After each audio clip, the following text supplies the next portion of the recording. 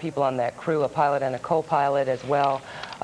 We have a USAir information number that we would like to show people, if we can give that number one more time so that everybody has it.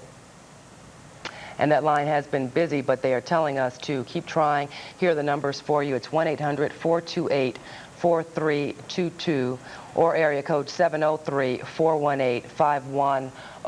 Again, if the numbers are busy, keep trying. And Steve has the latest information on what they're doing with the families. Well, of course, this flight originated from O'Hare International Airport tonight, and that's where USAir has set up a room at the International Airport for relatives of victims. Lisa Howard of the Aviation Department says the airline and the city of Chicago will be offering some counseling services. Our team coverage continues at O'Hare tonight with Roseanne Tejas. Roseanne? Passengers here tonight. We've been talking to passengers and also friends and family who are waiting for arriving flights. Now, just about the time that most of us were first hearing about this crash, there were a handful of people coming to the airport to pick up loved ones on a USAir flight. We talked to a couple of them tonight. All I heard was there was a plane crash, USAir, at 6 p.m. on the way to Chicago. And that's all I could figure out was maybe it was this flight. And then I found the right number, and I was relieved to find out it wasn't that flight. I was just devastated, sick to the stomach. It was terrible. Just realizing that all them people have died. Well, you just saw a plane landing. Those two people greeted their loved ones, and they were especially happy to see them tonight after hearing this news. We also saw a lot of people glued to the television screens in the airport lounges listening to the latest news about the crash. Reporting live from O'Hare, this is Roseanne Tejas. Allison and Steve. Sounds pretty grim out there, Roseanne. Are you seeing individuals who might have friends or family or loved ones aboard that plane trickling into the airport? You know, we really haven't. We saw one couple we weren't sure about. They were led away very quickly, so we have reason to think that they at least were worried that their loved ones may have been on that flight. But it's interesting, when we first arrived here tonight, the airport was empty. USAir counters were pretty empty, but now there's quite a few people here, so it's hard to say. Maybe some other people in this crowd may have come to find out if any of their loved ones were on the flight. But as far as we know, just that one couple was led away. I see the USAir counter behind you there. People continuing to board USAir flights. Anybody nervous out there? Yeah, most of them are continuing to board, and a huge number of people have no idea about the crash. So we've talked to a lot of people who are getting ready, and unfortunately, we told them the bad news, and so they were very queasy about flying. But also here at the counter, they have a big placard. You probably can't see behind me, but they're giving out those numbers that we've given out to concerned people who have friends or loved ones on USAir flights. What's USAir, what's the airport telling these families as far as you can tell? Well, they're not really telling us what they're telling the families, but they are taking special care to, as we said in the case of the one couple at least. Okay, Roseanne, thank you so much. Randy Salerno is live outside the airport. Randy, what's the mood out there? Steve, I'm not sure if you mentioned this before, but there is some question as to how many people on this flight were indeed from O'Hare as going to Pittsburgh and then on O'Hare Airport and heading to Pittsburgh. None of the crew members or passengers on board that jet are believed to have survived that crash. We're going to go right now back to John McKnight, who's in the Satellite Center with more information. John, there was a problem with help getting to where the crash site was. What's going on now? Well, apparently there are no survivors. There are crews that were trying to get to the crash site that were having difficulty, as we reported, because of the terrain. Many of them will not be able to get there until tomorrow morning, until sunup. However, we have learned just moments ago that the black box, the flight recorder, has been recovered. So that should provide information. Of course, it won't provide information to us anytime very soon. Here in the Satellite Center, we've been monitoring the latest developments. But there were survivors in that crash. Joining us now on the telephone is one of those survivors, Paul Calvo. His wife was killed in the crash, and he was in a coma for a time. Mr. Calvo, we appreciate your joining us, and obviously this is bringing back some devastating memories for you tonight. It certainly is. It's like a rehash of the same thing a couple of months down the line, and I'm a fortunate survivor. I can tell you what it's like to be to ride one down to the ground. It's an awful thing. Well, that's obviously what we've been thinking about at this end as we watch these horrifying pictures come in and hear the devastating news, wondering about the last 30 or 40 seconds when it becomes apparent to people on board the aircraft that it is going down. What runs through your mind? What do you feel at moments like that? Well, I was sitting in the tail section of USAir Flight 1016 when looking out the window you could see the bad weather, and we were coming in for the landing, and the last few seconds, I tell you, are horrifying. When the plane finally did crash. Why don't you tell us about the pattern of what played out from the first moment that you realized something was going terribly wrong to the point where the plane hit the ground? Well, I'd rather not talk too much about it. I do have Wes Graves, an attorney, handling the thing, and I guess you can understand.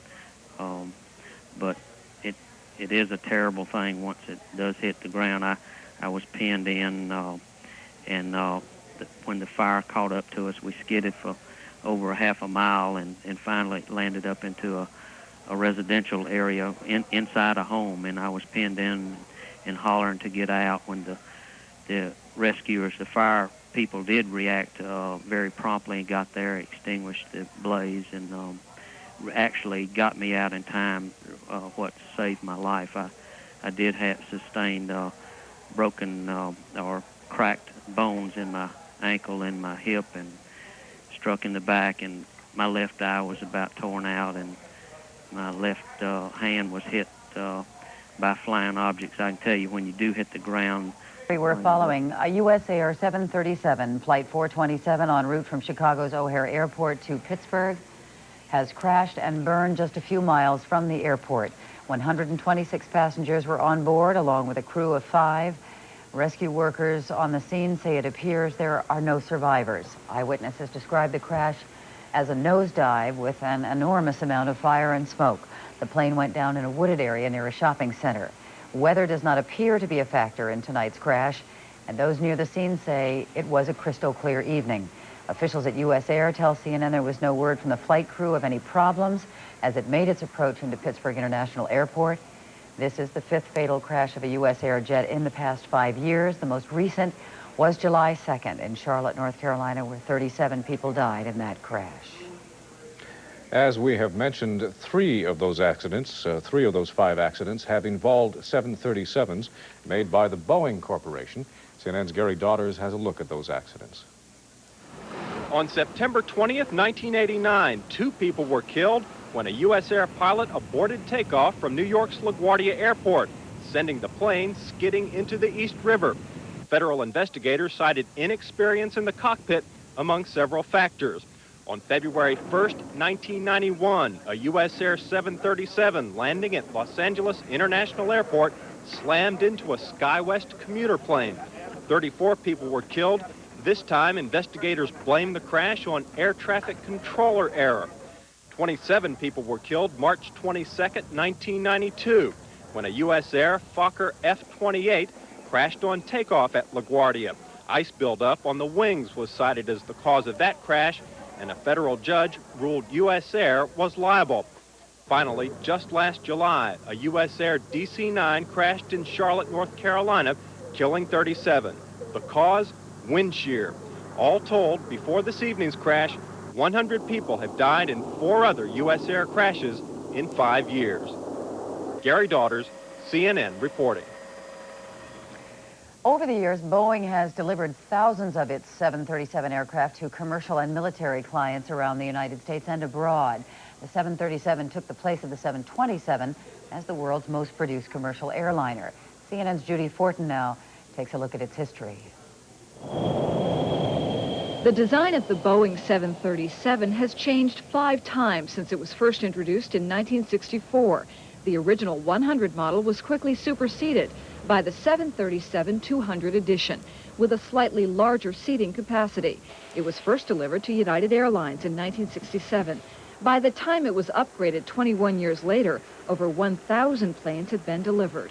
During the 1980s, Boeing introduced the 737-300 and 400 series. They have longer wingspans than the 200 model and more passenger seats. By 1990, Boeing rolled out the 737-500. It replaced the earlier 200 edition. Despite its success in sales, the Boeing 737 has a safety record marred by 10 crashes or incidents during the past dozen years. Some of the biggest include the the crash of a United Airlines Boeing 737 in 1991. It was making its final approach to the Colorado Springs, Colorado airport when it went into a spiral nosedive and crashed in a local park. 25 people on board the plane died. The cause of the crash still remains a mystery. In 1988, a flight attendant was killed when the top of Aloha Airlines Flight 243 tore away in midair over the Hawaiian Islands. A gaping hole blew open directly above first class, and the stewardess was sucked out. 61 of the 90 passengers on board were injured. And 78 died when an Air Florida jet crashed into a crowded bridge and sank in the Potomac River in January of 1982. The Tampa-bound plane had just taken off from Washington National Airport. 7 people and vehicles on the bridge died. Only 5 of the plane's passengers survived. I'm Judy Fortin reporting. And tonight, 126 passengers, 5 crew members are presumed. All right, and we, of course, will repeat that number throughout our program. Mr. Thank you very much. Thank you, John. Coming up next, we will talk with the emergency coordinator at the crash site. Win Good Morning America. An airplane that's been around a long time. It's got a very good history, and we're very comfortable with the airplane. But you and your viewers need to know that we will be looking at the airplane very closely, as well as the operator and anything else in the short term to see if we can learn what happened. And if we do find something, we would not hesitate to take that kind of action. What are you reading into the fact that this was USAir's 5th crash with fatalities in as many years? We've had the good fortune in this country to have an extremely safe air carrier operation. And even though the accidents are limited, this is one in a series for USAir. We have been working with that carrier before on increased surveillance of that carrier's operation, and we will continue to look very hard at that carrier. For the moment, I can see no indication that there's a problem there. So you see no reason to investigate its maintenance program any more than you have in the past? We, again, I will assure you, as a part of 87, what can you tell us about the safety history of that aircraft? The safety history has been very good, particularly as far as mechanical reliability of the overall systems of the aircraft. So it doesn't have any plagued history that would suggest a particular line of inquiry. Is it an aircraft that requires an unusual or specialized type of maintenance? No, it's not. In fact, it was meant to be a very simple aircraft to be operated in rugged terrain, and it actually has been qualified to operate off of unpaved fields or ones that have gravel runways. Then what kind of conclusions are you drawing based on what little we know right now? I wouldn't say that I'm drawing any conclusions, but I think that the facts surrounding the accident suggest that the aircraft systems may have played some part in the... About anyone who may have been on this flight. There's the number right there, 1-800-428-4322. We would ask you not to call unless you really do have someone involved. They're going to have FAA is going to be holding a press conference at 8 o'clock, and we will, of course, be going to that live as we continue with our coverage. Tragic morning outside Pittsburgh. Investigators are looking into that plane crash. We'll be heading back to the scene of the crash this morning. We'll be talking with the men and women who are trying to make sense of the tragedy and also sift through the carnage. And we're back out front, along with Katie Kirk and Al Roker. I'm Bryant Gumbel. We're going to move to Matt Lauer in just a little bit. He'll bring us up to speed on the investigation and much more, too. Katie? Then after that, Bryant, we're going to be changing gears a bit and talk of a decision made in the O.J. Simpson case. Something went terribly wrong. Witnesses report seeing the 737 nosedive. There was an explosion and then nothing but a war field of flames and debris. And Spencer Christian is in Hopewell Township, Pennsylvania, just a few blocks from the crash site. He joins us now. Spencer? All right, Joan, we're very nearby the crash site. As you may know from earlier reports, the investigation was halted last night once it was determined that there were no survivors because it was dark, very hilly and treacherous terrain. Investigators have resumed their investigation and search this morning, and one by one, state and local authorities are coming over and describing what they've seen there.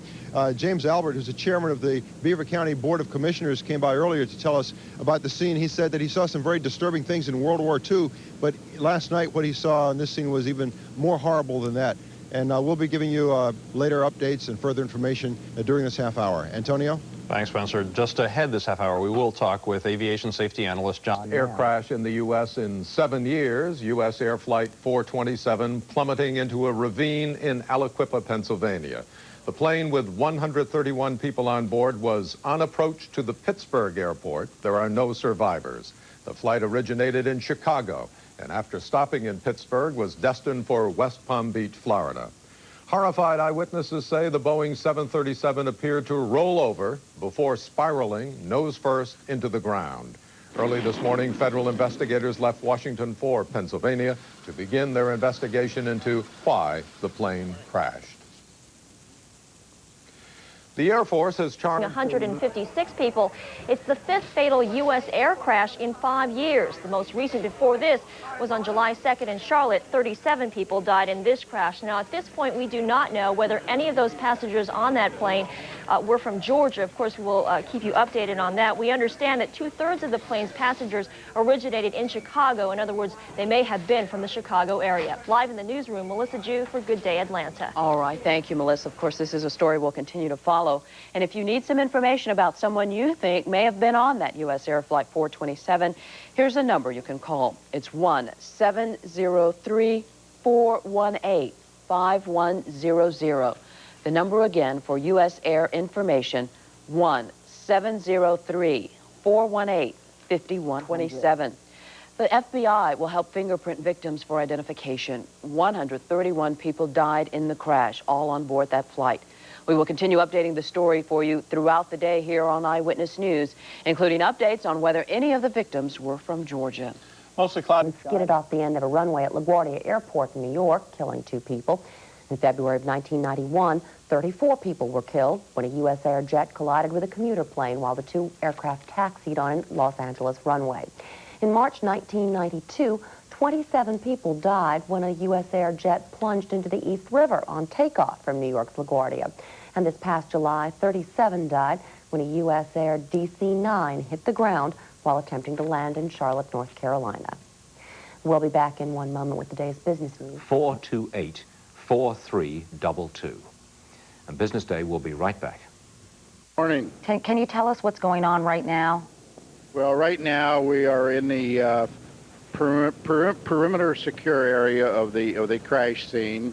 The FFA right now are up on the scene to gather their evidence in determining the cause of the crash. And as soon as they complete their mission, give us the green light, and then at that time we'll start to remove the bodies.